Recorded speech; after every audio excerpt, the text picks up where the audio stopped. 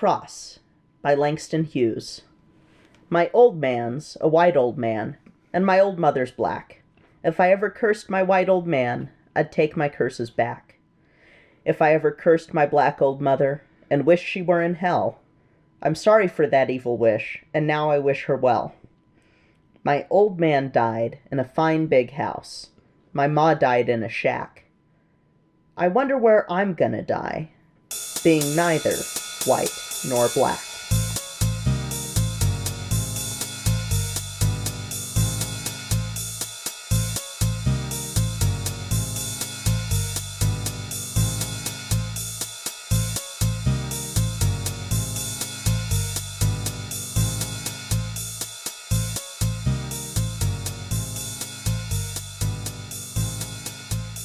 Welcome to Tone Deaf, a theater nerd's guide for their musically challenged spouse. I'm Kay, a musical theater nerd. And I'm Warren. That opening poem gives me concerns. Yeah, as listeners might be able to tell from the title of the episode and the poem that I read, today is Tragic Mulatto Day. Here's your screaming pillow, babe.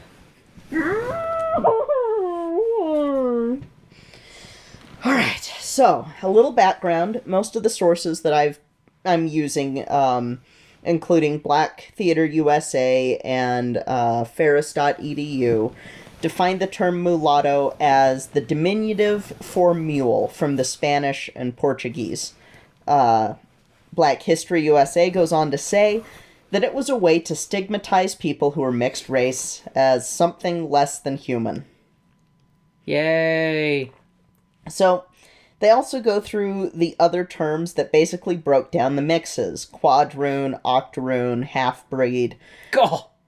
Mulatto is kind of an all-encompassing term for these. And then, technically, I would be considered half-breed, since my dad's black and my mom is Italian and Dutch. So, yeah, there's that. That being said, don't you dare call me any of those terms. I'm gonna throw hands.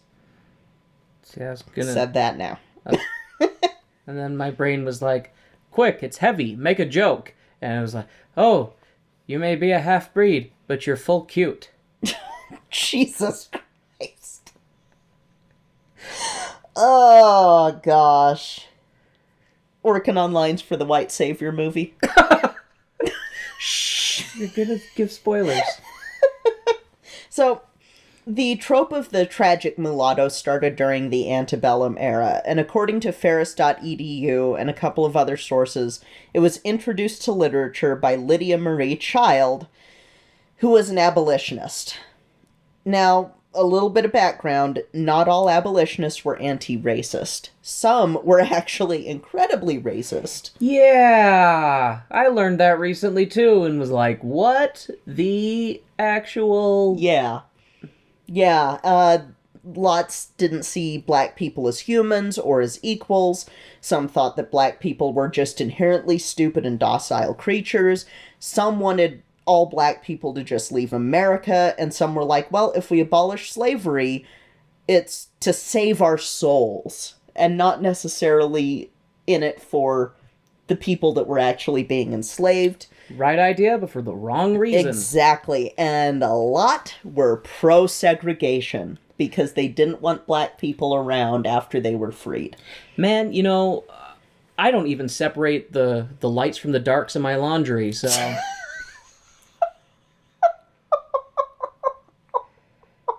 I love that joke, by the way. Oh my gosh. So, Lydia wasn't exactly racist because she did feel... Not exactly racist. Racist adjacent. Yeah, actually. Because for the time, she was very ahead of the curve because she felt...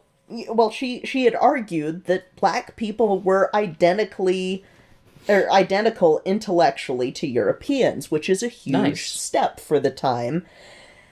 However, she created this trope with her 1842 story, The Quadroons. Okay. This trope was originally called the Tragic Mulatto, meaning what happens with women who were born from the union of a white man and a black slave. Oh no. Oh no.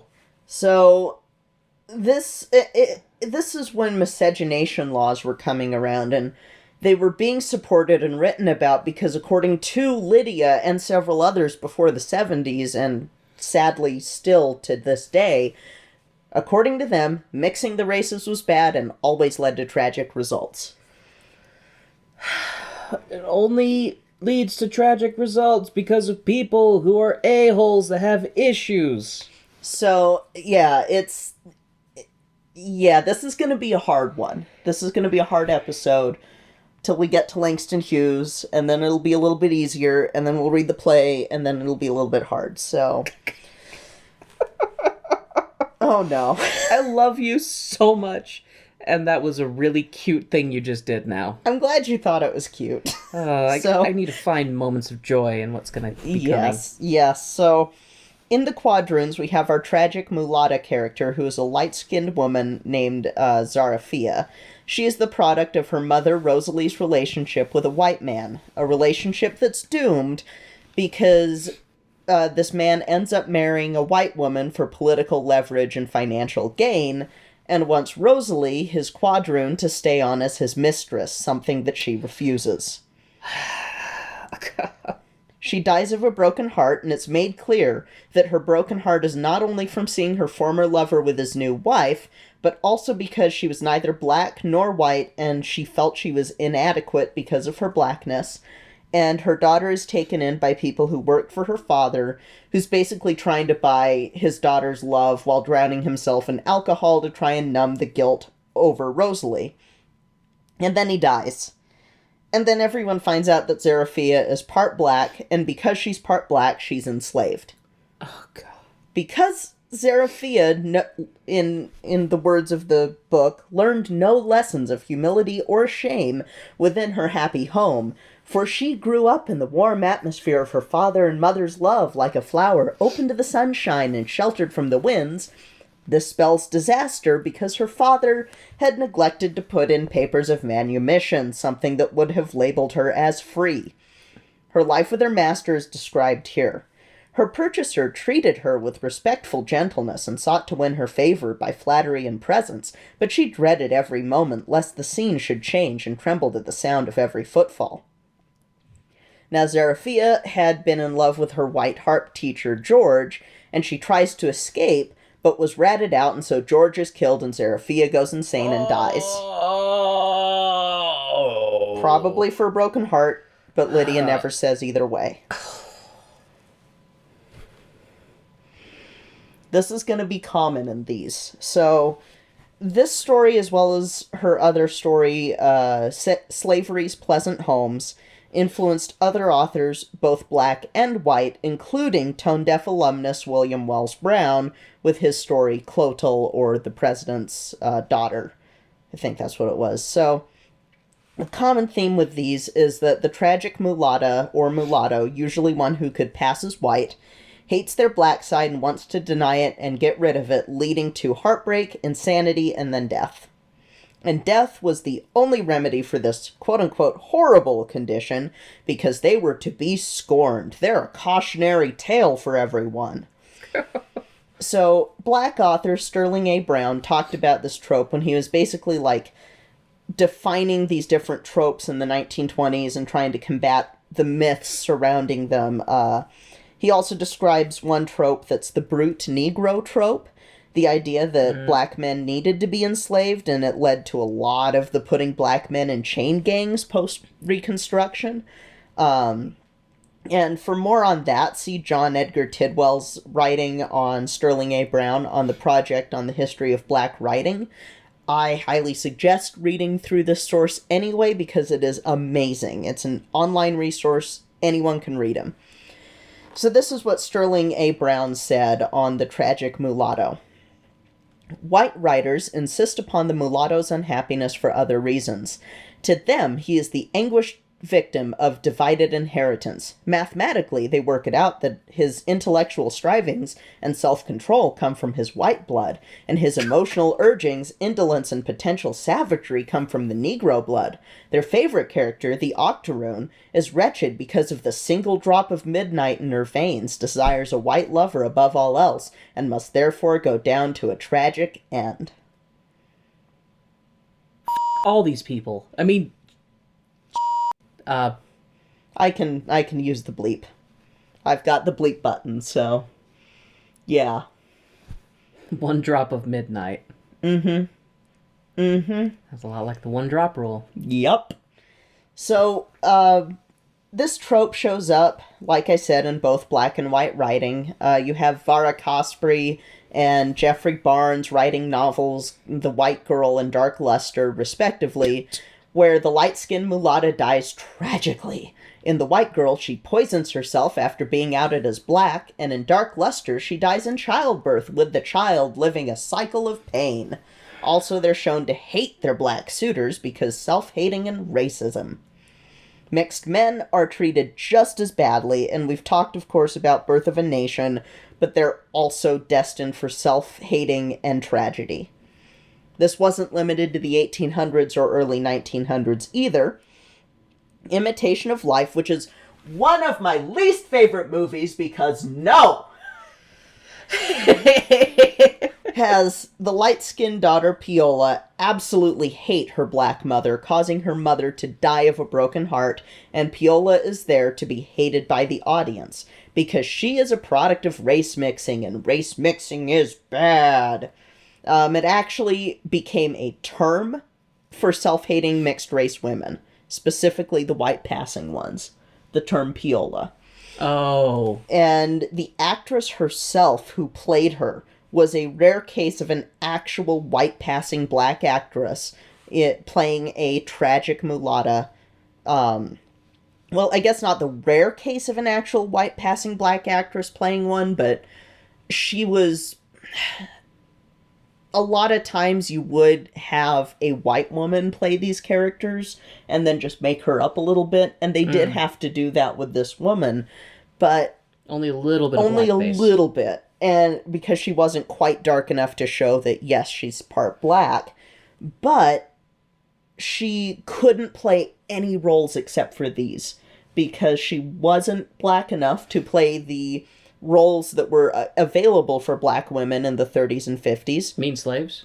And mammies. And she wasn't allowed to play a white woman because she stated that she was black. And she identified as black. And this led to her later dying at the age of 42, overdosing on antidepressants. Aww. So, Showboat is another one that we're going to cover later that has a tragic mulatta who ends up alcoholic after the scene in the first act where her husband pricks her hand and then sucks out the blood so that he can have a drop of black blood in him so he can be legally married to her. Hammerstein tried. I love that, though. Yeah, like that line is one of those like, oh wow, good job, Hammerstein, and then it's like, you tried, but then you fell into this trope. My romantic side loves that. Mm-hmm. Yeah, it's one of those things where you've got this really, you've got this good for the time thing, and then you've got this... Gay. Remember when we were first dating?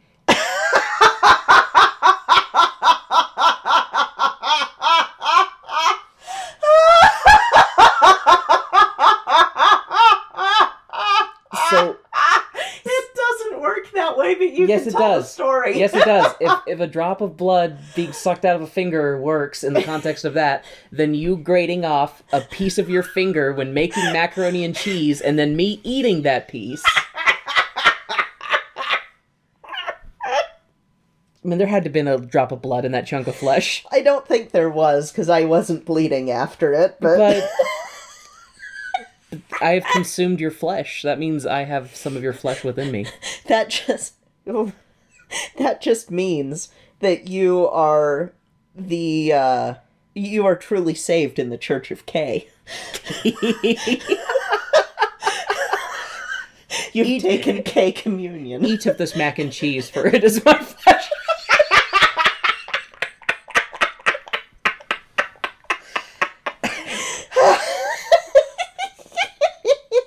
That's gonna be a t-shirt.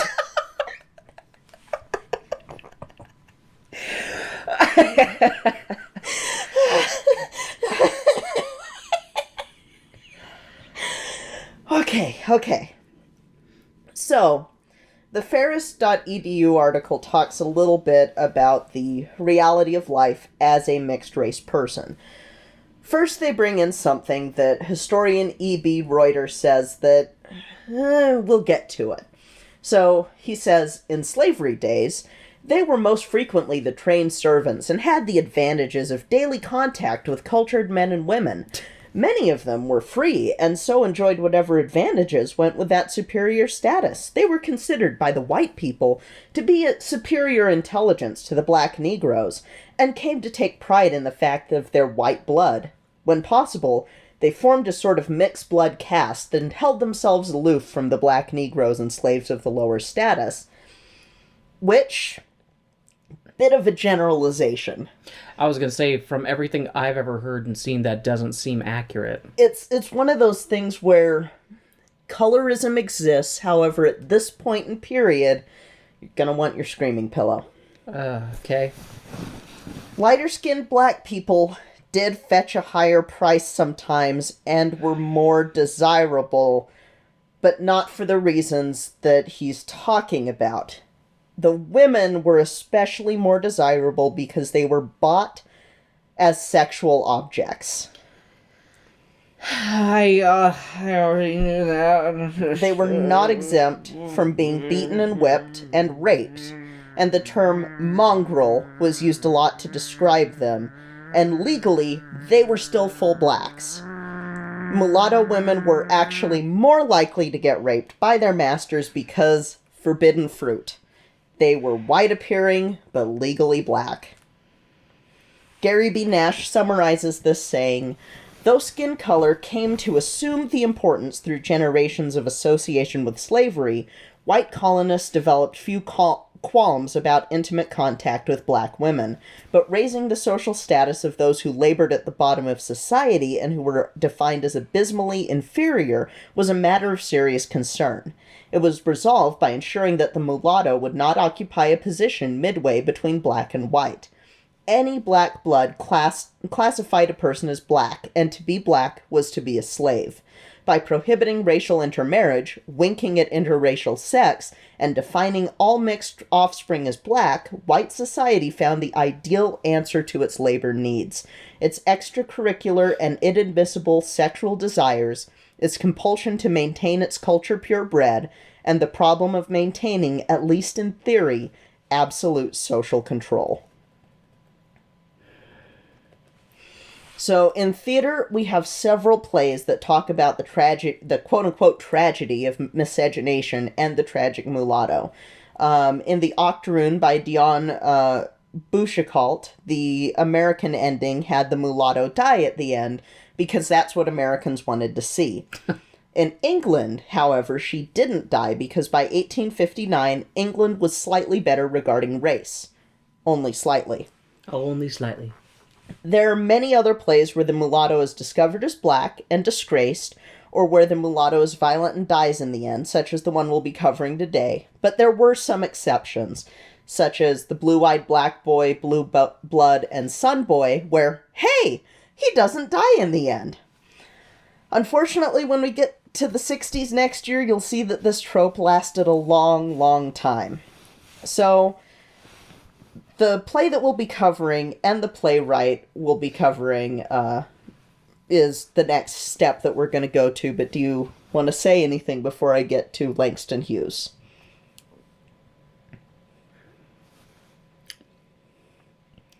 I want an Iron Man suit Mm-hmm. and a time machine Mm-hmm.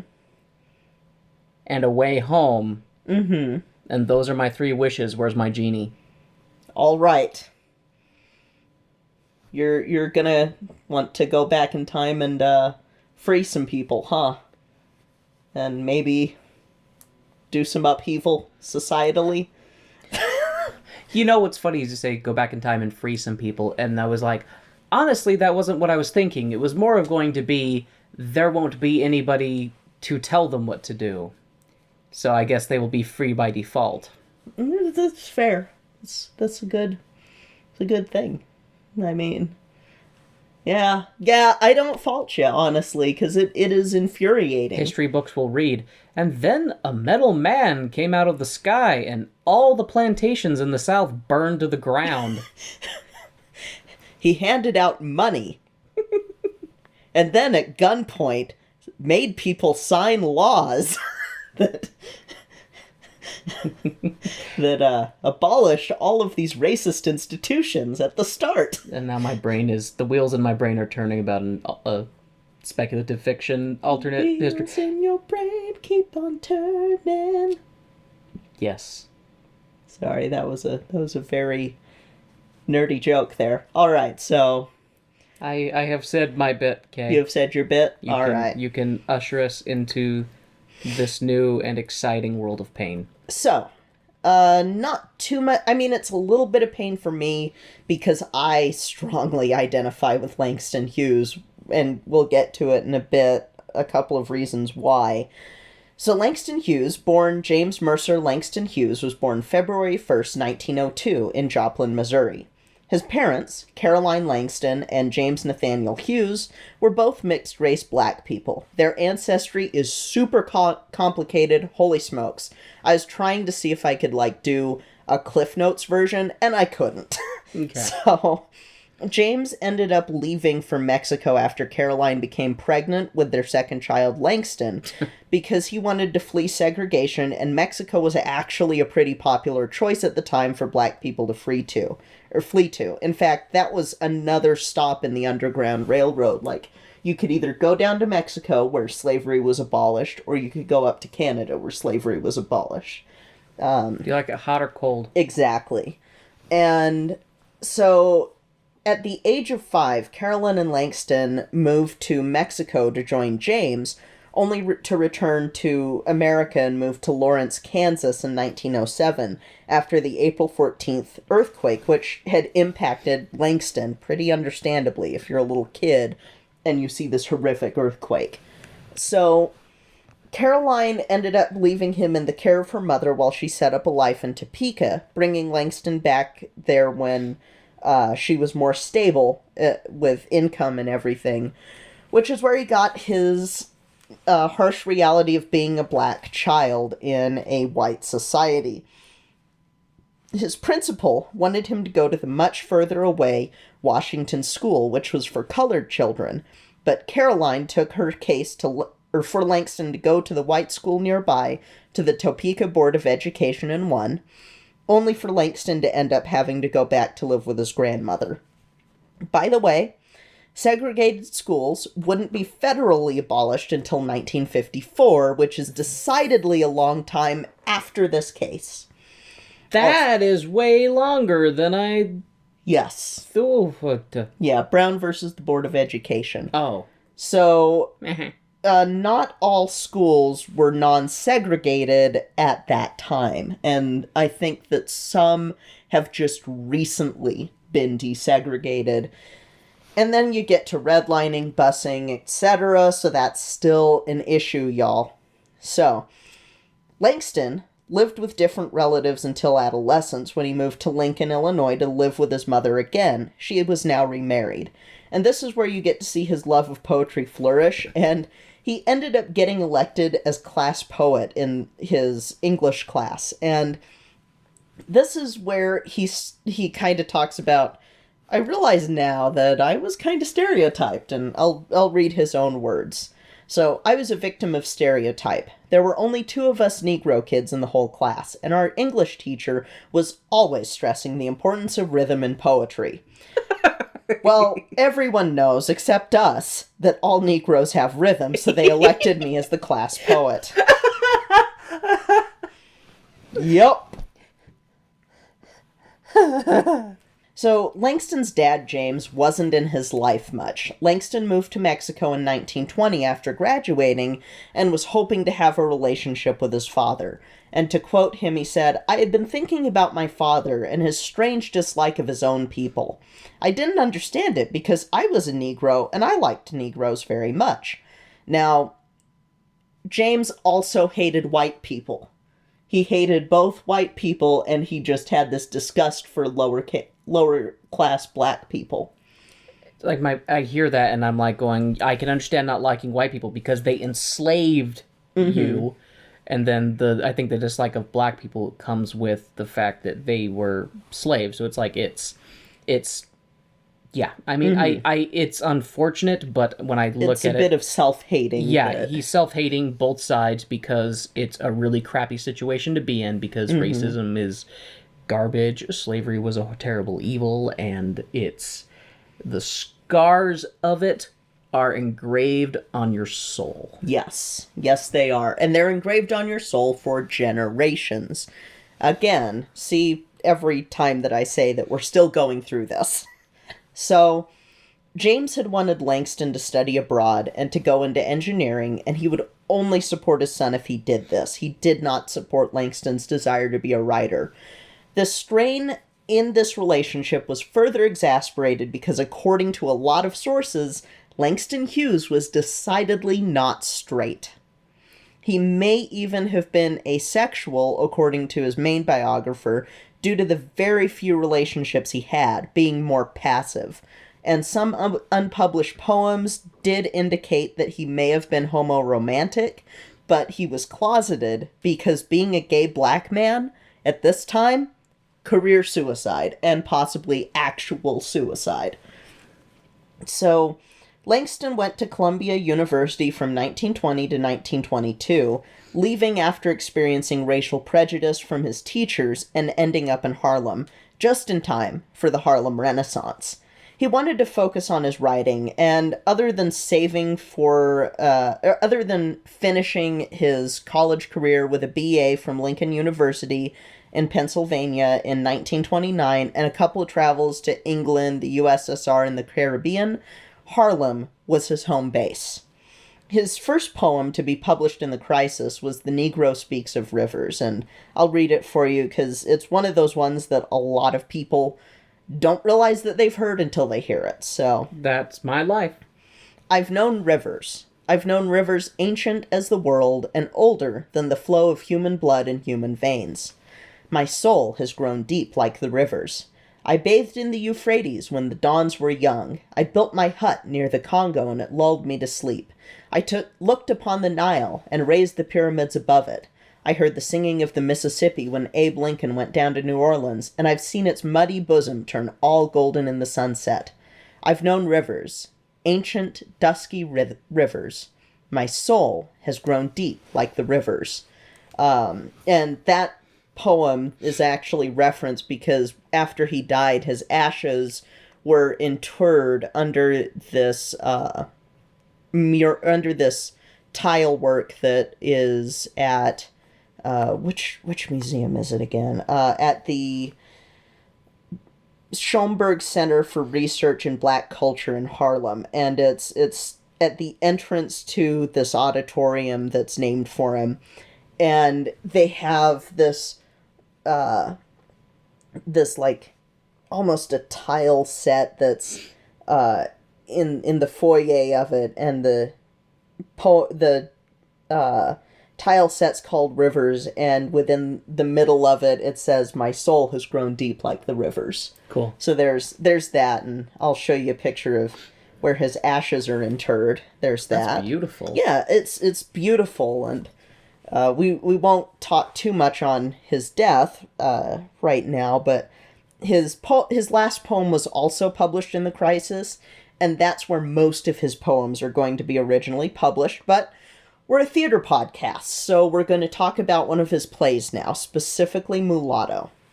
Mulatto isn't his first play. Mulebone, his 1931 collaboration with Zora Neale Hurston, is, but it is one of his more well-known. We'll probably cover Don't You Want to Be Free next year, since...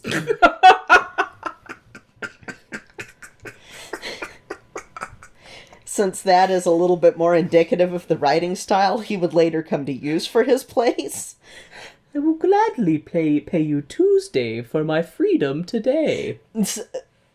I don't want to get into it because I don't want to talk about it until we talk about it. But, sorry. So, this play, Mulatto, is an early example of combining both generational issues and race relations.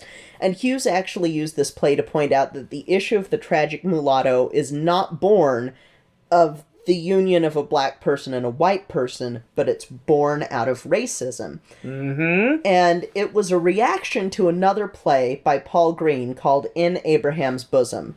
The main character of this play was a self-hating black man who, to quote Black Theater USA, disliked poor black people and found white people intolerable, sounding a bit like his dad. Hughes sees this play and is pissed. So, our main character of this play is going to be a mixed man who identifies as black, but also feels that he should have the same rights as a white man, which is a recipe for disaster for this character in the 30s.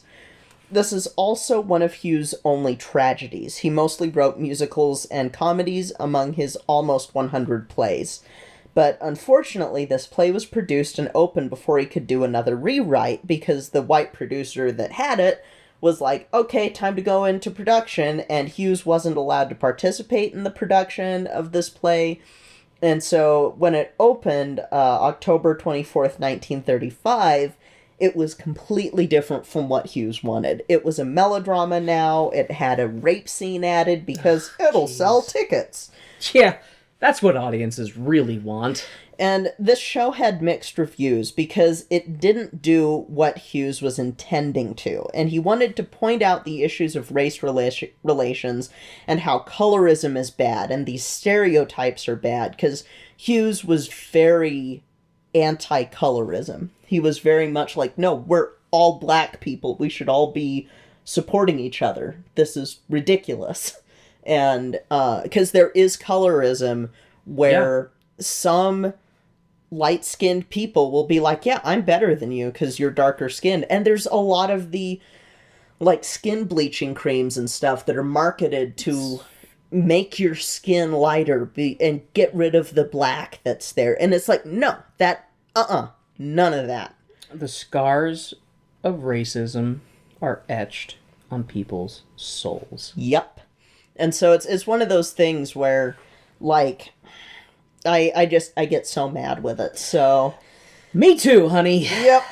I hate it. So, even with the mixed reviews, this was the longest-running black play until 1959 with Lorraine Hansberry's A Raisin in the Sun. Mulatto ran for 373 performances on Broadway. It had an 8-month tour of the U.S. and then went to Italy for 2 years. The original cast included some greats, such as Mercedes Gilbert and Rose McClendon, who were two of the most talented black actors in the era, and in 1950, Jan Meyerowitz adapted the play into an opera titled The Barrier. So with all this being said, are you ready for the 1K production of Mulatto? This will be one of the last 1Ks for this year, thank God. I am as ready as I will ever be. Yes, and after this, we will grab some of that delicious Mountain West cider that we got for ourselves. I think we'll need it. Yes. So with that being said, let's go.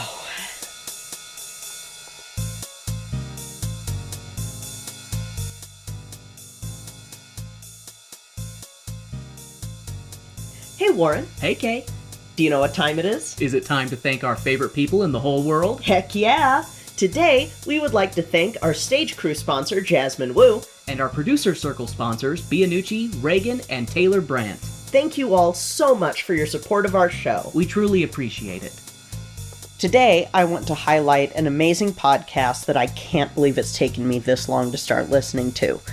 The Black Guy Who Tips is a great podcast hosted by Rod and Karen. This show has some of the best insight that I have seen that's delivered in such a fun way. I highly recommend this show to older audiences. Younger audiences should probably wait for a little while because there is some strong language in it, but I recommend that y'all check this out on your favorite podcatcher. And now, the lights are going down and the music's starting back up, so let's head back to the second act of our show.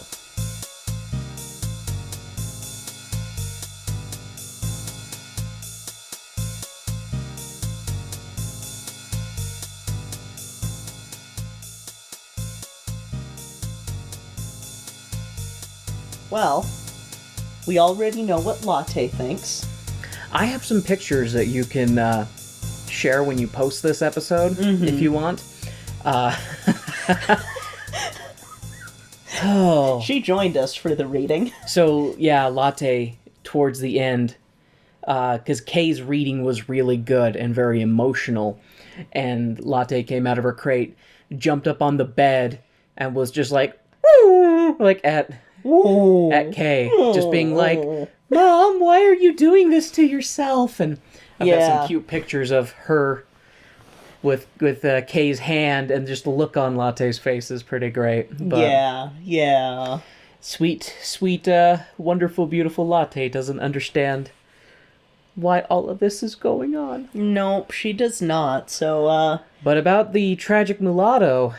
Yeah, the Mulatto, Southern Tragedy. Mulatto, Southern Tragedy. Wow! Like, I hate the whole... Just same as you, I hate the whole Tragic Mulatto thing. But boy, did he write a good tragedy. Like, yes. That's why I chose this one to highlight it, rather than, like, Funny House of a Negro, which will be in...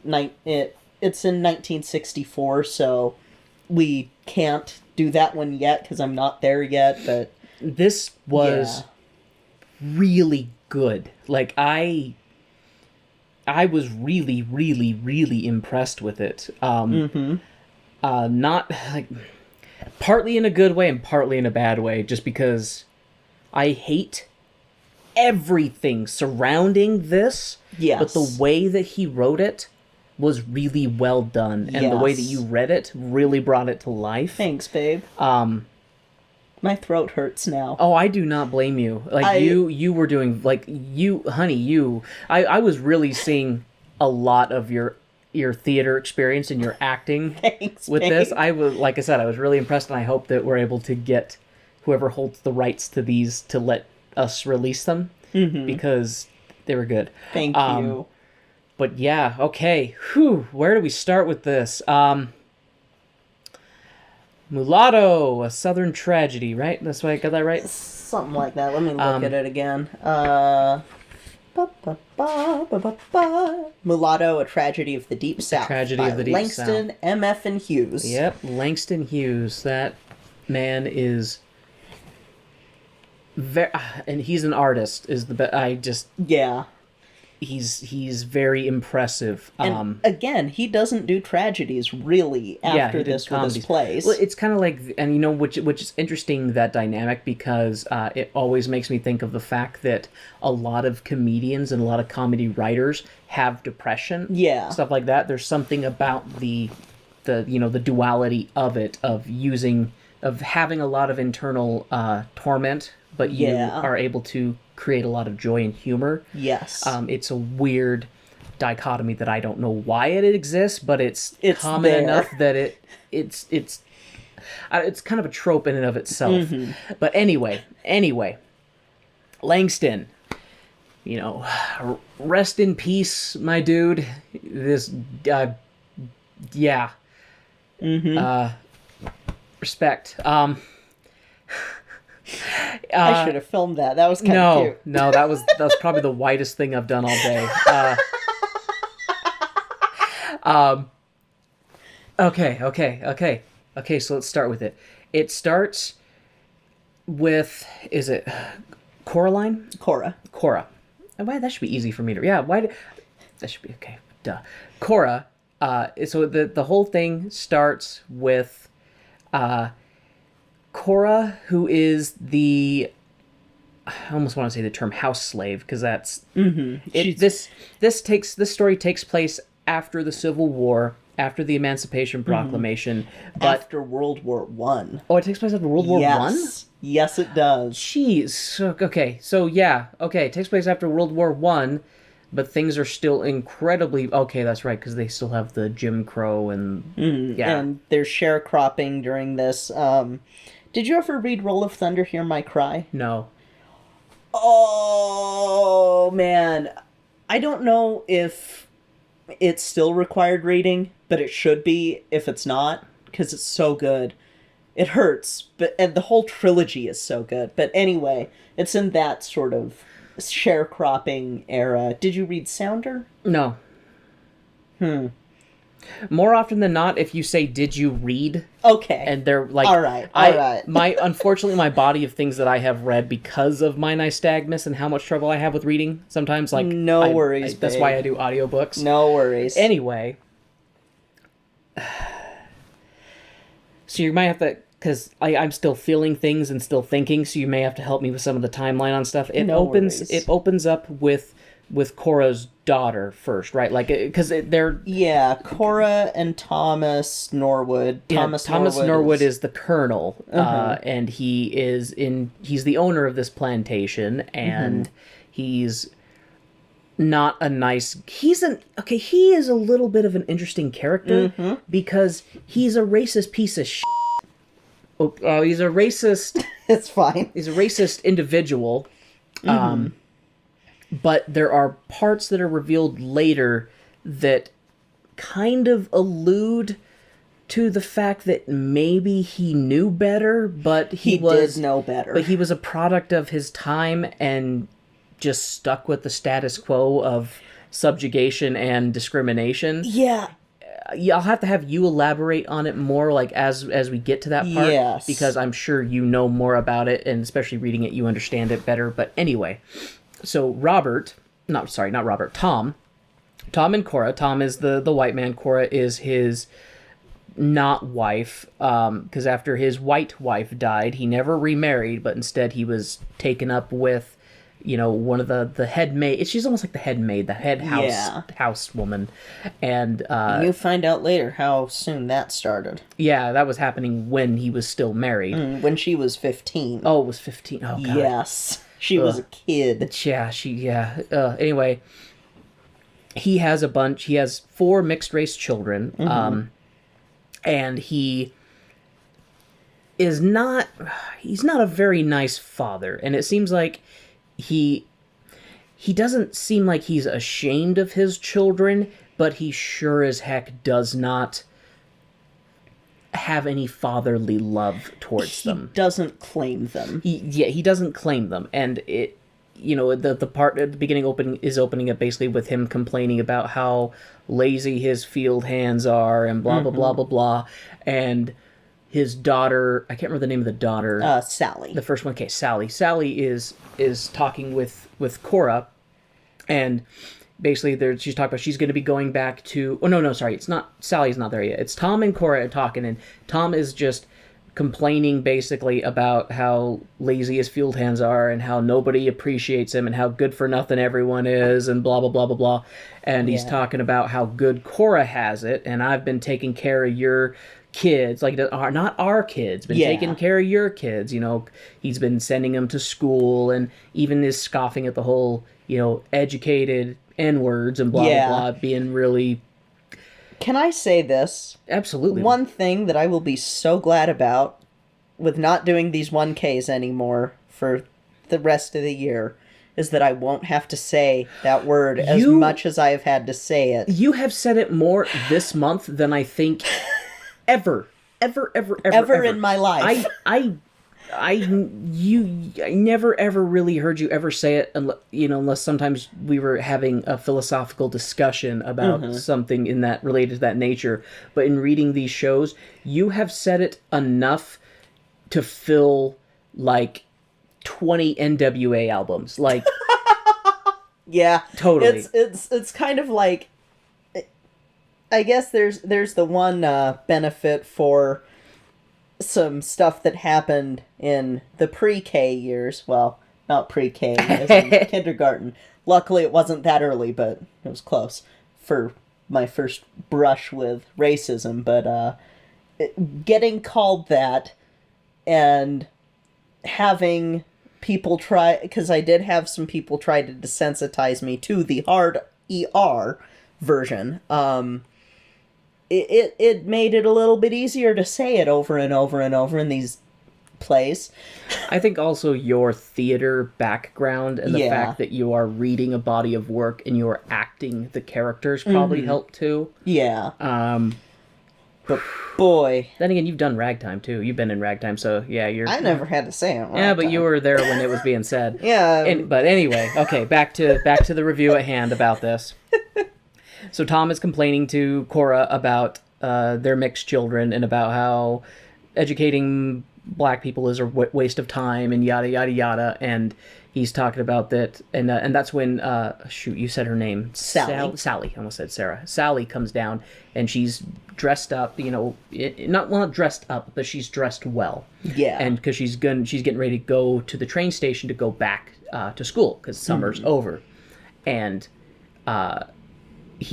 Tom is basically like looking her up and down kind of thing and being like, they teaching you basically how to cook and be nice to white folk and stuff at that school. And she's like, yeah, sure they are. We find out later that no, they're not. She's learning like work skills so that she can get a job and support herself, and not have to come back. Yeah, because he's basically like the mentality is like he wants to send his children to go learn certain skills and then come back and just serve him. Yep. Because he's talking about that her older God, you said her name, Sally's older sister, who I don't remember, Bertha. He's talking about that, she learned how to cook fine right, at the school that she was at. Now she's working at some kitchen at a fancy hotel in Chicago kind of thing, and you find out later that nope, she is working at an office on a typewriter, kind of thing. And that's what Sally's training to do too, in secret, and because it's like, you can do more than just cook, ladies, like that. If you want to do it, go on ahead. I mean, but if you don't, then... everybody should know how to cook because food is wonderful. Yes. But the whole your place is the kitchen nonsense. Anyway, so Tom looks over Sally and stuff, and he's like, okay, well, your brother he's been back in town over the summer as well, and her brother Robert, don't they call him Herb? Bert. No, Bert. That's what they call him, Bert. And he's going to be taking her in their new Ford to the train station, and he shows up and stuff, and he sends his daughter away and everything. And as that happens, this other old racist white guy who is he's another plantation owner, a friend of the Colonel's. He comes in and he's just complaining about the Colonel's son, Robert, who just barely left with Sally to go take her to the train station. And he's like, he cut me off on the road and was driving in front of me and kicking up dust the whole way here and blah, blah, blah. And back in town, he was arguing, you basically a lot, the word uppity N-word gets said a lot. Yes. Because they're saying that Robert's acting like he's a white man and he doesn't know his place and he's putting thoughts into all the other colored men's heads, making them think that they don't have to, live under the heel of the white man and stuff like that. And he's like, he's going to get killed. He's going to get lynched. There, you better have him leave because people are not happy with him and they're going to kill him. Then he's like, he was yelling at this white lady and made her scream because he was mad about these radio tubes. And like, he's making it sound like Robert was unreasonable. Robert was unreasonable. And this will strike a chord in anyone who knows the story, which everyone should know the story of Emmett Till. Yeah. Because it's very, it's not the exact same thing, but it's the whole, and y'all, I don't know if I should even say I'm sorry, because I'm not really, but white women's tears are terrifying. They are the scariest thing to a black person. Yeah. Because history has a number of examples. There's a reason that Cookout Karen and Corner Store Carolyn and Permit Patty. Yeah, Permit Patty there's a reason for that. So, like, and they talk about that Robert, he had gone to the post office because I don't know if he had ordered radio tubes. Robert had. Okay, he had. And it was COD, and so he had paid, when the package, cash on delivery, so he had paid for it, opened it up, and the radio tubes were shattered and broken. He's like, well, I want my money back, like, kind of thing. And the woman wouldn't give money back, so it's not post office policy to return money. And Robert, and then I don't remember the name of the other white racist guy. It was Higgins. Higgins. Something about Higgins. Something about Higgins. Plays. Yeah. And Higgins was saying, and he was yelling at the white woman, and then she called for the other white clerks to throw him out and stuff like that. And he got in your Ford and drove away before people could beat the hell out of him, kind of thing. And is what he said. And Tom is like, if I'd have known all that, I would have, smacked him around, before sending him off, kind of thing. Yeah. And he talks with Higgins for a while, and he's like, okay, enough about my progeny who everyone hates. How's politics? How's your crops doing and stuff like that? And they're talking about, and you hear them complaining about how there isn't enough representation in Washington for them. One thing that made me laugh too was this was before the party switch during civil rights, and so yes, it is. These Southern guys are complaining about the Republicans not looking out for those good old Southern sharecroppers or plantation owners and stuff like that, and that kind of made me go, how quaint. I can't remember if it's this point where they bring up some of the stuff that's starting to lead up with Eleanor Roosevelt and a few others who... Maybe, because they did, I'm trying to remember who they said needs to shut her mouth. I think it was Eleanor Roosevelt, because she was starting to be... It was where that change was starting to happen. That's right, because they're like, that Roosevelt woman needs to shut her teeth or something like that. Or yeah, so this is where the switch starts to occur. So whenever people say that it never did... Yeah, when people like to say, Democrats are the racist ones, or this like, no, those parties did switch. Yeah, they did a little switch places, and yeah. Anyway, after Higgins and the Colonel have a drink of some whiskey, he sends Higgins on his way because he's like, I gotta get back to my place, business is about, I gotta do this and this and that. And after they leave, that's when Tom gets back. Man, I'm bad with names.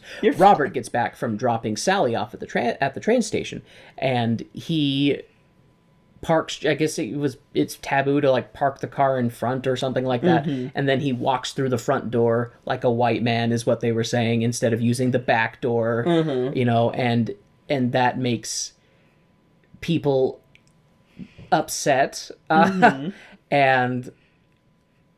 What was it? Yeah, because that's basically Robert is like, you want to talk to me, kind of thing, and well, it's when Thomas and Higgins have left off to go look at his cotton, and Robert comes in, and William and Cora are talking, and William is the oldest of Cora's kids. That's right. And William is darker, and then Sally, Bertha, and Robert are all lighter, to the point where Robert looks like his father. They say that Robert is like, he's white passing.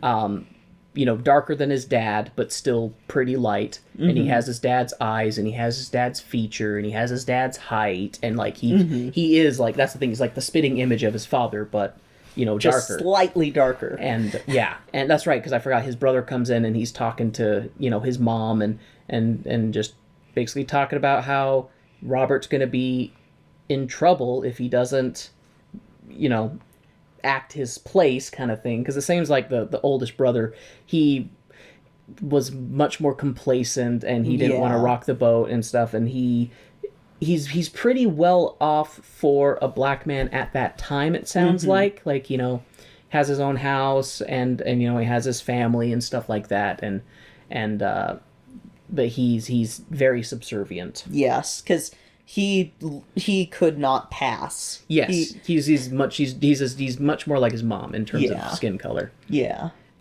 And I'm trying to remember. That's right. That's and then Robert comes in and he has a little bit of a spat with his brother because his brother's telling him you need to be, you need to stop doing what you're doing, stop acting like a white man. He's like, but I'm half white. He's like, I'm going to act like my white side. I'm not going to act like my black side. Yeah. Kind of thing. And which, that's a problem, y'all. Don't do that. Yeah. Don't do that. Can't we all just treat each other with some mutual respect like we're all humans? You'd think, but... But no. Robert and William were talking. William's trying to be a concerned big brother and set his little brother, quote unquote straight, and Robert's just like, nope, well, I'm half white. I look like my dad, I can pass for white. Like, I'm gonna be my white side. And it's like, and they do mention, like you did as you're reading, he like gives his older brother like a brotherly punch in the stomach, like not assaulting him, but kind of like, boom, like, as brothers do. And his brother's not having it. No, and the Cora ends up sending him home, like, once you head home, your wife, is going to want to get dinner ready, and she can't cook with your children underneath her foot, so basically, like, go home and take care of your kids so your wife can make dinner for the family, and they leave, and then it's just Cora and Robert, and she's basically telling him, too, you're acting like a fool, you're going to get yourself killed, and he's like, and he that's when you get his side of what happened at the post office, and not Higgins' side, which was very tinted by this uppity N-word was doing this, and Robert is like, no, like, this is what happened, and I paid for it, and then I opened the package, and it was broken, and I said, well, can we send this back? And she said, the woman at the post office didn't want to keep helping him because there were white people behind him who were next in line. So she's like, get out of the way, let me help these white people. Yeah. And he's like, no, it's like, I'll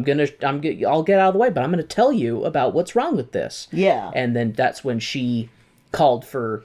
She screams and then calls for help. Yeah. Ah! He talked back to me! Is basically the extent of the interaction. And then he talks about that, they took like 7 of them to try and throw me out. Because Robert's a big guy. Like, he plays football, when he's at school. Like, he's a big guy. And he's talking, and he's basically kind of boasting about how many of them it took to throw him out. And then there were other people hanging around outside that saw that a black guy was getting harassed by white people, and they're like, well, we want in on this fun. Yeah. And so he had like 10 people coming after him, and so he's like, well, I knew I couldn't take all of them, so that's when I jumped in the car and sped away, Oh, and that's another thing that Higgins was talking about. That he said that when Robert was in town, he was just driving through town like a maniac, basically, like trying to run people over. Yeah, is the way that he. And now you find out what really happened. Yeah, and then you find out his side of the story, which is what really happened. And Cora keeps trying to tell him, oh, you gotta know your place. Basically, you're gonna get yourself killed. And Robert is strong-willed, and I respect him so much for being like, no, this is dumb. And because that's the thing too, is he's more educated. He's gone to school. He's learned more about the world, and he knows that this is garbage injustice. He's been north of the Mason-Dixon line. Yeah. And Cora makes a comment about that too. She's like, I know that you've been reading your books and your papers, and you're smarter than I am, but this is Georgia, and you gotta play ball, kind of thing, if you want to live. And I think that's about the time that, that's right. That's about the time that scene 1 ends, because Tom comes home, and as he's coming in through the front, Robert is leaving, and through the front. Yeah, and Cora's like, no, come out the back. He's like, no, I'm not going out that way. And as Tom's coming in, and he sees Robert heading towards the front door, he's like, what are you doing? He's like, I'm leaving. He's like, well, not through this way. And he's like, you use the back door. And he's like, nope, I'm leaving through the front door, kind of thing. And they have Tom goes to like hit Robert with his cane, like he raises his hand, and then he doesn't do it because they just kind of stare at each other. And I remember as you're reading it, it's like Robert raised himself to his full height, taller than his father, and they just kind of stared at each other. And then Tom lowers his cane hand. He's not going to hit his son, but instead he decides a better idea is to shamble over to the next room, unlock a case, with a key in his pocket, and grab a pistol to shoot him instead. And then he shambles back over as Robert is leaving, and he's got the gun in hand, and then Cora goes over there and basically wrestles the gun from him, and that's where the scene one ends. Saying, that is our son! That's right. That's our son! That's our son! That's where Act 1 ends. Remind me where Act 2 opens up. Act 2 opens right around dinner time, or supper time, and Norwood is in the library, and Cora is getting Robert ready to talk to Norwood, because Norwood wanted to talk to him. And that's where you find out that the first time that Robert had a issue with Norwood was because he was this little boy, all excited to see his to see his dad. He was like 5, right? Yeah, something around that. He was, I think, 5 or 7, he was young. He was young. Yeah, and goes up in front of some white people that Norwood was showing his stables. Goes, "Papa, Papa," and dinner's ready. Yeah, dinner's ready, and Norwood just backhands him into one of the stables underneath the horse's feet. And then he proceeds to, beat him there. Beats him in the stable in front of the... Because he's like, dare you call me Papa? Because he, his shame of having half-breed children. Yeah. And how dare this thing acknowledge me as its father. Yeah. And so he beats his kid, poor little boy, and Cora talks about that she thought he was going to kill him, kind of thing. It just thought he was going to kill my kid, and then that's when, I guess, after they tell that story, that's when Robert goes in to talk to Tom. Mm-hmm. So it goes. Well, Tom comes out to talk to him because he's that's about to go in, right. and That's Cora's like, "Oh, no, you don't." He's in his study, and Robert is like, well, maybe he wants to talk to me, and he's like, not in there, not with his books and stuff. That we're not allowed in there. And he's like, well, maybe he wants to talk to me in there. And they're like, don't you do that. Basically, and he's doing I'm going to go in there, Mom. I'm going to go in there. Don't do it. Don't do it. And that's when Tom comes out, basically. And I can't remember. That's right. They go into a different room. It's not in his study. And that's where Tom basically tells him that he's like, I've been good to your mom, and I've put you and your siblings, in through school, and I've been good to your brother. He needed help, buying that house. I helped him buy that house, for his family. Basically, he's doing the whole, I've done so much for you, ungrateful, And he calls his son a bastard. Yep, he calls his son a bastard. And because he says, and that's the comment that he makes, is colored women don't know the father. Yeah. He'd make colored women don't know the father, but you're my father. He's like, and he just, and Robert was really pushing that topic that I am your son. I look like you. I have your eyes. I have your skin. And he's really shoving that in Tom's face, and Tom does not like that. Mm-hmm. And I remember at one point he pulls out a gun and just sets it on the table, basically as this ominous, you listen to me. And then he tells Robert I want you out of here. I want you out of the house. I want you out of the state. I want you out of the country. I don't ever want to see you again. I'm going to have the taskmaster, whatever his name was, make sure that you leave, kind of thing. And Robert's like, I'm not going to be chased off of here like some field hand that you don't want anymore, kind of thing. He's like, I'll leave, and I'm going to leave through the front door. Yeah. And he's like, no, you won't. You'll leave through the... And then that's when... Oh, yeah, that's right. And then, so he heads for the stairs, and as he's getting ready to leave, and Tom beats him to the front door, and he's got the pistol pointed at him and stuff, and I think that you really get the sense in that scene that Robert wanted to die. That he's like, if I can't live with the decency of a human being, I would rather be dead. Because he's like saying, I'm mixed race, everybody wants to treat me like my black side and ignore my white side. But I'm choosing to be treated like my white side. Yeah. And he's like, and if I can't have that, then I don't want to live. Yep. And as he's walking towards his father's like, I'll shoot you. And then then Robert gets close enough and he grabs like his dad's arm and twists it, and the gun drops, and he's telling him like, why didn't you shoot? And then he grabs him, he's choking him, and he's lifting him up and choking the life out of him and just being like, why didn't you shoot? Huh? You could have killed me. Why didn't you shoot? And he's basically just venting all of his frustration out onto his father as he chokes the life out of him. Yeah. And and I love it that he chokes him to death, and he's still holding his lifeless body in the air while he's venting at him. Yes. And that's when Cora is like, Robert, what are you doing? And she comes running down, and that's when he drops the body, and it collapses to the floor. And Cora's like over the body, like, Tom, like trying to wake him up, but he's dead.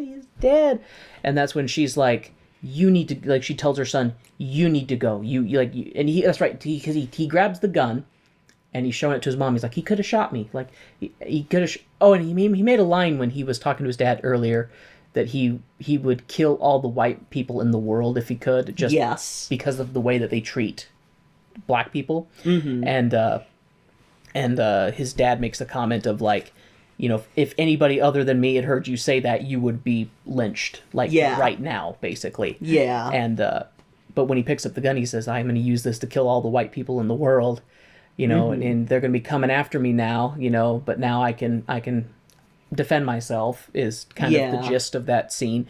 And he puts the gun, in his pocket.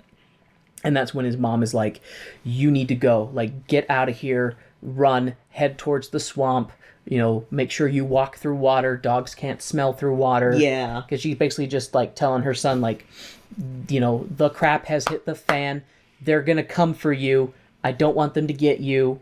Yeah. I don't, it's more of she's like, I don't care that you killed him. I don't want you to die. Yeah. And so she sends him out, and he goes. And then that's about the time that is Higgins, right? Higgins and someone else shows up too? Or is it somebody? Yes. Yeah. And he had told her that, well, if they catch up to me, I'm coming back here. That's right. Yeah, he says, if they catch me, if I don't make it to the swamp, then I'm going to come back here. And and I guess that part is talked about with the dad when he's basically telling his son, get out of here. Like, Higgins and the others are coming over to talk about cotton, and I don't want you around here. Yeah. And that's, and that kind of alludes to, so after he kills him and he flees, that's when Higgins and the other guys show up to talk about cotton. And they basically, and that's the thing too, is they come up to the house and they're like, man, he's leaving out through the front door like a white man, thinks that he owns the place. And and they see Cora, and they're talking to Cora like, hey, what da da da da, and she's just kind of in shock, and she's not responding to them. And also I think that she's trying to buy time for her son. Yes. By being silent. And that's when they start looking around, and they see that Tom is dead. They're like, oh, he killed him. His bastard son killed him, and kind of thing. And then they go get, there's a phone in that room. Go call the sheriff. And that's when they're just like, oh, we're gonna kill him. We're gonna get all the boys together, go round him up, and they're telling how they're gonna lynch him, like right in front of the mom and stuff like that. And then they ask her some more questions. I don't remember, but she doesn't respond, and they're just like, dumb N-word, And then they leave the house, and there is a very interesting, I don't know, she doesn't go insane, but she starts tiptoeing on that line. Yeah, it reminds me of the other play you read. Rachel. Yeah, with Rachel. It very much reminded me of that, because it's just Cora and Tom's dead body, and she starts venting to him, like, all the built-up frustration that she has kept silent for 30 years. She just starts laying into him, talking about how, like that Kay had mentioned the first time that, he had his way with her. She was 15, and he told her, well, you're so pretty, and said nice things about her, and they ended up being together underneath a tree in, like, the summertime, and the way that she talks about it, it was very romantic to her. And talking about how when his wife was still alive, she was pregnant with, like, Cora was pregnant with their first kid, you know, even when his wife was still alive, and then his wife died, and he never remarried, but instead he started having Cora, you know, sleeping in his bed with him, kind of thing. And they talked about that they had 5 kids, but one of them died. Like, Yeah. I don't know if died in birth or died early, but regardless, they, you know. And so she's going through their kids, talk about, you know, we had, what was the first one? William. They had William. You know, William was he was dumb and dark like me, she said that, and I was like, ugh, like that. Yeah. But, you know, after everything that's in this show, I shouldn't just focus on that line. Anyway, and she starts going through, you know, William was dumb and dark like me, but then Bertha and Sally and Robert, you know, are light like you and stuff like that. And she's laying into him about grievances, just being like, I came to you when you called me, you know, I took care of you like a wife would do, kind of thing, and I begged and pleaded on my knees, you know, for you to give our children a better life than they would have normally, and kind of thing like that. And she's just, and you gave a really powerful performance too, like reading it, hun. And as she's venting about that, like, that goes on for a while, where she's venting all this frustration to Tom's lifeless body. And and like there was one point where she's telling, like, you know, I asked you, because this is where I was saying, like, she kind of tiptoes on that crazy line, because she talks about, like, why aren't you getting up and helping your son, why aren't you doing this kind of thing. It's like, well, he's dead. Like, she's like, well, you're out chasing him with them. And yeah and she goes a little over the crazy edge. You know, a little bit, because it's one of those things, she witnessed a murder. Well, yeah, she did. Of her master and her children's father. She witnessed a murder, but she's also dealing with the fact that she knows her son is going to die. Yes. And she does talk about that. She loved all of her kids, but she loved Robert the most because she knew he was the one who needed the most love, because he was strong-headed like his father. He was stubborn like his father. Like, she knew that he was going to have a hard time because he was so much like his father, but because he wasn't white, he wasn't going to be able to get away with it. Yeah, and with that attitude. I can't remember if it's this monologue or the one in the last scene where she is talking about the fact that and this is what hit me, because it was like a reverse for me a little bit, in that, you know, my dad's black, but I know where Robert's going with this, with his white dad, where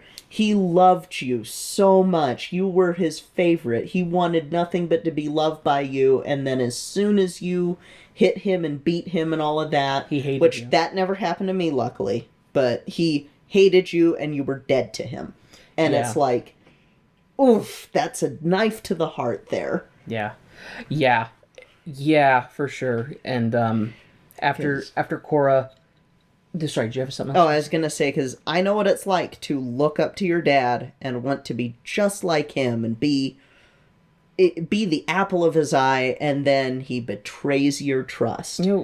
And it's irreparable, and yeah, I know how that feels. And it's, this plays a little heavy for me. So after the venting of Cora to Tom's corpse goes on for a little while, and then it ends as she can hear the commotion of people. It sounds, and she's like, you know, that's Robert coming back. Like, they caught up to him. He didn't make it to the swamp. He's coming back, and basically he's gonna die here. Yeah. And she can hear, you know, the dogs barking and people yelling and stuff like that. And Robert comes and you hear gunshots. That's after she's talking. That's after the Undertakers take Tom's body and have right. just that was horrible. Okay. Worst. So yeah, Kay is right. Kay is right. After she talks to that, then it kind of cuts to scene 2 of Act 2, and the Undertaker is there, and they've taken Tom's body, and and that's right, because William is there. William is back at the house, kind of comforting his mom and seeing over affairs, and the Undertaker is talking about that. He's talking to William about the whole thing, and he's being very direct to... I don't know if he knows that William is related to Robert or not, but he's basically just like, they're gonna kill him. They're gonna kill him good. Like, just saying that to this brother. They're gonna kill your brother, basically. And William is doing his best to like, yep. Oh, that's Sam that's doing the yes, sir. Yes, sir. Because Sam is the attendant for... Because William doesn't come back in until later. That's Sam, who's one of Tom's attendants. Oh, he's his manservant. Okay, that's right. So you're saying that Sam is like being very overly, yes, sir. Sir. Because he knows that these white folks are in a lynching mood. Yes, and he does not want to be part of this. No, he does not. I don't. His self-preservation. He is playing ball. He's playing ball for all 9 innings. 7 innings, whatever it is from baseball. I don't. 9. 9K. Anyway, that's neither here nor there. So anyway, yeah, the Undertaker is talking to Sam about that and everything, and then he tells him, oh yeah, we want to have me and Higgins want to have a drink before we leave, kind of, or maybe not Higgins, whoever else was there with him. Yeah. Like, we want to have a drink before we leave, and Sam's like, oh well, Cora has the key to the liquor, and he's like, well then go get her, kind of thing. Like, we ain't gonna leave until we have our whiskey. And then, and he's also like, oh yeah, and I want to get a look at Cora, like, in a really creepy, like, well, now that Tom's not around to diddle her, you know, that means she has an opening, giggity, like, yeah. And so he has Sam go and get Cora, and Cora comes down, and you get the line with him. Well, I guess not the line, but he's looking her up and down, looking her over, kind of thing. You were living with him like a wife, and you bore his children, and just being a real creepy racist. Yeah. But then he tells them, get us a drink, kind of thing, and she goes and gets some drinks, and he's like, I'll have Sam take one out to so and so who's sitting in the car with Tom's body. But then he's basically taunting Cora, and he's like, they're gonna kill your son. Like, how would you like to see your son hanging from the tree, when you wake up, like, full of bullet holes, and maybe they'll burn him. Like, how would you like to see his burnt body strung up? Like, and she's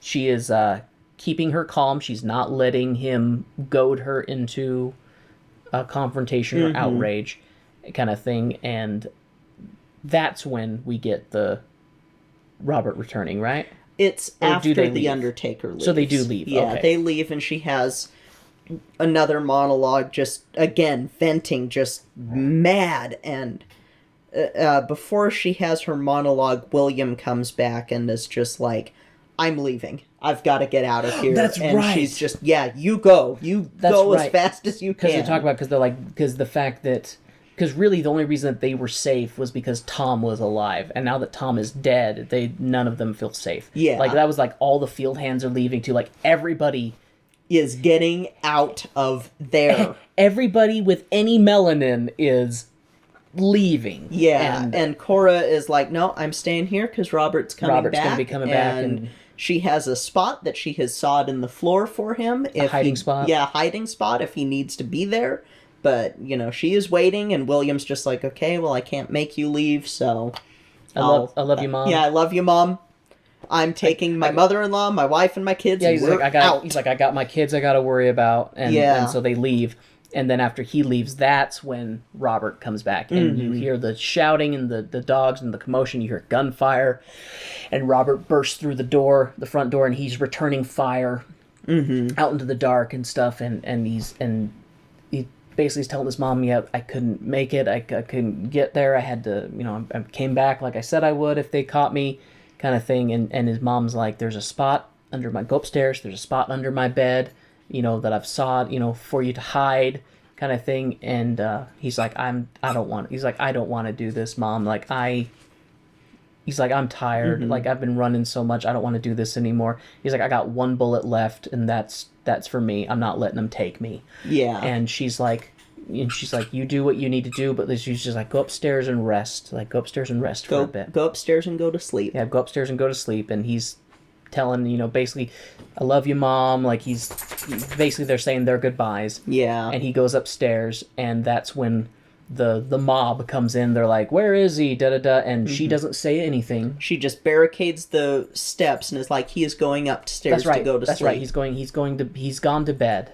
He's gone to sleep. And then they're like, I can't remember if they push her out of the way or if they force their way past her. No, they hear one single gunshot. But then somebody does go up. Yes, and she's just like, he has gone to sleep. And then they go up and... Like, we're too late, man.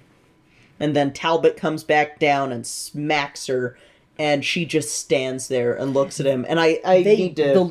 read that line. I will read the last line of the play, because it is good. amazing. It's one of those, like... Latte's funny. She's Langston Hughes, man. She is so ready for us to be done. She is. She's like, I'm bored. I want my dinner. Yeah, so the line after the too late men were just a little too late. A sigh of disappointment rises from the mob. Talbot comes down the stairs, walks up to Cora, and slaps her once across the face. She does not move. It is as though no human hand can touch her again. Curtain. Yeah. I just love that image that it's like he smacked a statue. Yeah. And just... Yeah. It was... So... That show... was really good. Like, it's hard, it's heart-wrenching, it whether you're black or white or in between or a different race, like it oh, Cooper, it brings up feelings. Anybody who is a thinking, feeling human, it would bring up emotions in. Yes, it does. And it was... You can hear Latte in the background agreeing. Is protesting hard. Yeah, it's one of those things where Langston Hughes does a really good job with the complexities of this issue. Because I was so impressed with that. You have the whole gamut of... You have the mixed race people who know that they have to toe the line, at least in front of white people. You have the mixed race people who... Can pass as white and who are going like, okay, well, I'm... You have the ones who are like, yeah, I'm black, even though I'm mixed race. You have the ones who are like, well, in order to survive, I need to pass as white up north. And then you have Robert, who is the, well, I'm half white, shouldn't I get what I want? And so you have the whole gamut of the different attitudes thanks to...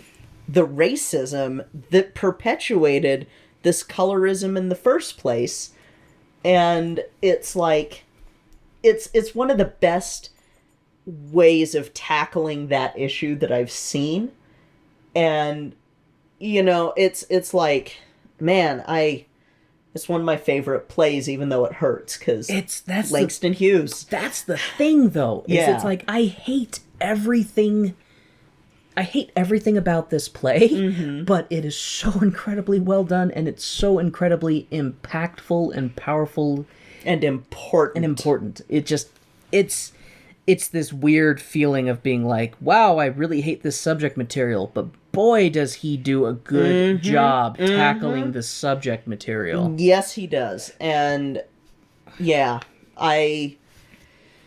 because it's a really complicated issue, and if you're, what am I trying to say? I don't know. My energy has been sapped by this. Yeah, you did a lot of reading, and it's also a very emotionally complicated topic, especially for someone like you who has lived part of that. Yeah, so like it's heavy, but it's important, and it's important to see the evolution of that too. And that's again why I chose this play over any of the other ones that tackle the subject, because Langston Hughes can cover it with some nuance that a lot of people don't really do. So yeah, this play hits me hard. Yeah. It doesn't hit as hard as Rachel, but it does hit hard. Rachel hits harder because I get empathetic for that little boy. Yeah, Rachel. That's the thing. Rachel did hit harder, but it was very, I don't know, it was just so different. There wasn't, I felt like there wasn't as much going on with Rachel, but it did put a magnifying glass on what it did cover. With this one, it tackled much more of the dynamic of living in that world. I don't know, but they're all good and they all hurt. It grabbed that double consciousness and pulled it to the forefront in Mulatto. Very well put. It basically went, want to see double consciousness? Here you go. Yeah. Yeah, it's...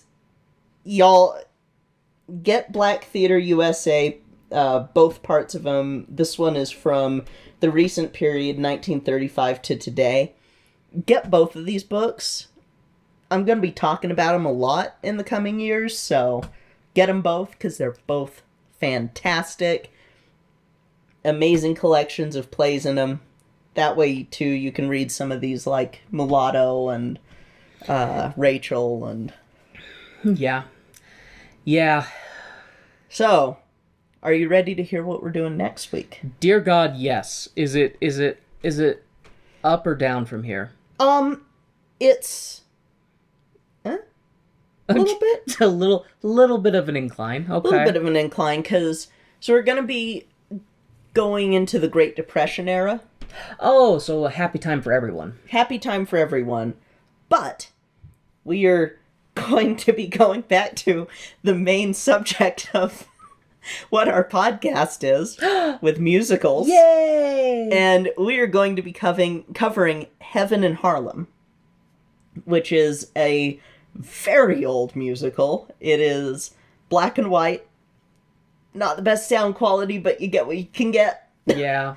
And yeah, I want to do Heaven in Harlem and then 10 Minutes to Live. And if I can try to get to the 40s, I will, but we'll see. And yeah, because we've just got, I believe we've only got 3 more episodes until the month is over. And then we've been talking about doing something special to lead into March with, but that will be a thing to talk about later when we get to March. But something wink, wink, special nudge, will nudge. be coming. Wink, wink, nudge, nudge.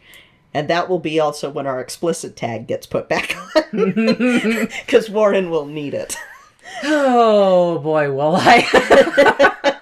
So, yeah, we're gonna be doing Heaven in Harlem. I want to try to get 10 Minutes to Live as well, because those are 2 of the early black movie musicals and have a lot of appearances of some stars that either come late, like you'll see more of later, or it's like a last appearance for a star. So that's going to be what we cover next week. So we're on to movie musicals next week. Yay! So thank you all for listening. I hope that this episode is good. I kind of vented a little bit. It's okay. It's heavy subject material. It is very and it's heavy. material that you know intimately. Yes. Yes. It's you could say that it's in your blood.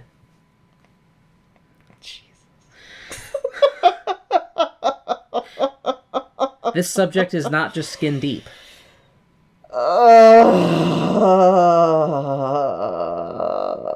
So, thank you all for listening. If you want to follow us on Twitter, it's Tone Deaf Musical, Facebook Tone Deaf Musical, Instagram Tone Deaf Musical. You can find links to all of those on our website, tonedeafmusical.com, as well as a link to the Cast Junkie Discord server. If you want to join our Patreon, it's also Tone Deaf Musical, and cooking up a little thing for patrons as well. Ooh. That I need to see if Mama Kay has access to something, but Do I smell what you're cooking for the patrons? possibly. I was attempting to make a rock reference, and then I think I kind of fumbled it. Do you smell what Kay is cooking? Gonna be heating up some food in the microwave in 5 minutes. But, yeah, patrons, keep an eye out, because if I can get a hold of something, gonna be something special for patrons only. I'm hoping. So, yeah, that'll do it for us for this week. Thank you all so much again for listening. I'm Kay. I'm Warren. And this has been Tone Deaf.